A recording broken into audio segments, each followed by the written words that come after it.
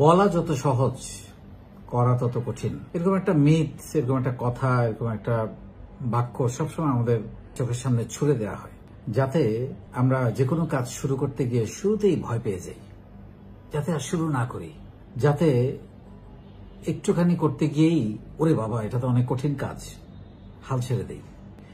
এই কথাটা সেই আপনার সামনে বারবার উচ্চারণ করবে বা নিজের সাথে নিজে উচ্চারণ করবে যে আসলে পারে না, যে আসলে কখনো জিতে নাই, যে আসলে ওইটা করে কখনো দেখাতে পারে নাই। কারণ সেও এই কথাটা আপনাকে বলে ফেলবে এই জন্য যে সে যেহেতু পারে নাই, আপনিও যাতে না পারেন।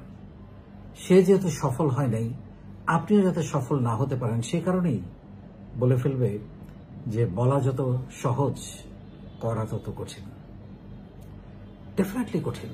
কে বলেছে কোন একটা কাজ সহজ? কঠিনকে জয় করাটাই হচ্ছে আসল চ্যালেঞ্জ। কোন উদ্যোগ নেওয়াটাই একটা চ্যালেঞ্জ, কঠিন কাজ। এবং শুরুতে যে কোনো কাজ কঠিন থাকবে, এটাই স্বাভাবিক। তারপর আপনি যখন ওই পথে হাঁটতে শুরু করবেন, বাধা আসবে, কঠিনতম বাধা। তারপর দেখবেন একটার পর একটা রাস্তা খুলতে শুরু করেছে। যেখানেই বাধা সেখানেই নতুন রাস্তা, যেখানেই আবার বাধা সেখানেই অন্য একটা রাস্তা খুলে যাবে। কিন্তু আপনাকে এই কথাটা বলে প্রথমে দমিয়ে দেয়া হয় যাতে আপনি কাজটা শুরুই না করেন। মনে আছে আমরা যখন এই নিজের বলার মতো একটা গল্প ফাউন্ডেশন শুরু করি 2018 সালের 1 জানুয়ারি, মাত্র 164 ছেলে ব্যাংকে নিয়ে। আমি এই কাজটা শুরু করার আগে আমি অনেকের সঙ্গে আলাপ করেছি, সবাই আমাকে ডিসকারেজ করেছে যে এটা অনেক কঠিন কাজ, ফ্রিতে কোনো কিছু বাংলাদেশে খায় না, তুমি জমাইতে পারবে না, লোকজন আলটিমেটলি টেম্পো ধরে রাখতে পারবে না। কিন্তু আজকে প্রায় 6 বছর পরে এসে কি দাঁড়ালো যে এই কনসেপ্টটা লোকজন পছন্দ করেছে, কারণ আমি এখানে অনেক ব্যতিক্রমী জিনিস ঢেলেছি। এবং সবচেয়ে কঠিন যে ব্যাপারটা ছিল সেটা হলো প্রতিদিন এখানে লাগাতার প্রশিক্ষণ দেয়া, যেটা এখন একটা বিশ্ব রেকর্ড। এই রেকর্ড এর আগে কেউ কোনোদিন করতে পারে নাই। সো নিজের সাথে নিজের চ্যালেঞ্জটা নিতে হবে। একসময় যেটা অনেক কঠিন মনে হয়েছিল শুরুটা, আজকে সেটা অতটা কঠিন নয়, আজকে খুব সহজেই করতে পারি। একসময় আমরা একটা বা দুইটা স্কিলস নিয়ে শুরু করেছিলাম, আজকে 16টা স্কিলস আমরা দিচ্ছি। প্রত্যেকটা ব্যাচে নতুন নতুন স্কিলস আমরা যোগ করেছি।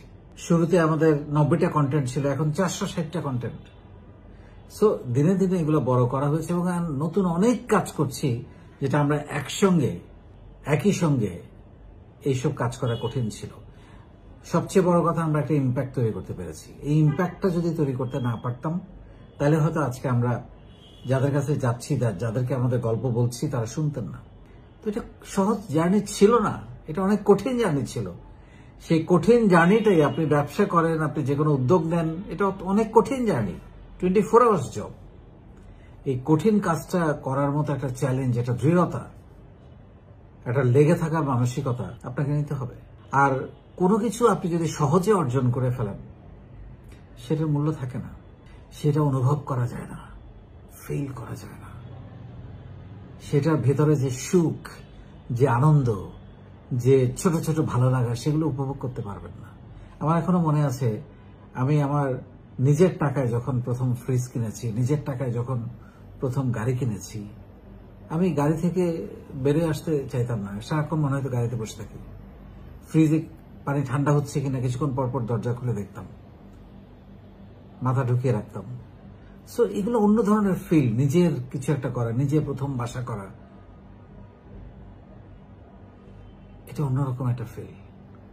সো এটা খুব সহজে অর্জন হয়ে গেলে, যেমন আমার ছেলের কাছে ফ্রিজে পানি ঠান্ডা হচ্ছে কিনা এটা তাকে স্পর্শ করবে না, কারণ সে তো জন্ম থেকে গাড়ি তাকে স্পর্শ করবে না। সেই জন্য এগুলো খুব ইম্পর্টেন্ট লাইফে, যে নিজে অর্জন করা কষ্ট করে। কোনো কাজই সহজ নয়, প্রত্যেকটা কাজই কঠিন। যদি আপনি না করেন, যদি আপনি চেষ্টা চালিয়ে না যান, যদি আপনি সেই দৃঢ়তা, সেই সংকল্প, সেই প্রতিশ্রুতি নিয়ে, অঙ্গীকার নিয়ে না নামেন, এবং যখন নামবেন, করবেন কাজটা, সেই কঠিন কাজটা খুবই সহজ, তরল এবং খুবই স্বাভাবিক হয়ে যাবে, এবং সেই অর্জন আপনাকে আনন্দ দেবে, খুশি দেবে। তৃপ্তি দেবে। সো যারা আপনাকে এরকম সমালোচনায় ফেলে দিবে যে তুমি পারবে না, এটা অনেক কঠিন কাজ, কারণ এইটা তারা বলছে এই কারণে যে আপনি যে পারবেন এটা তারা দেখে ফেলেছে। সো তাদেরকে বলতে দেন, আপনি আপনার কাজ করে যান, এগিয়ে যান।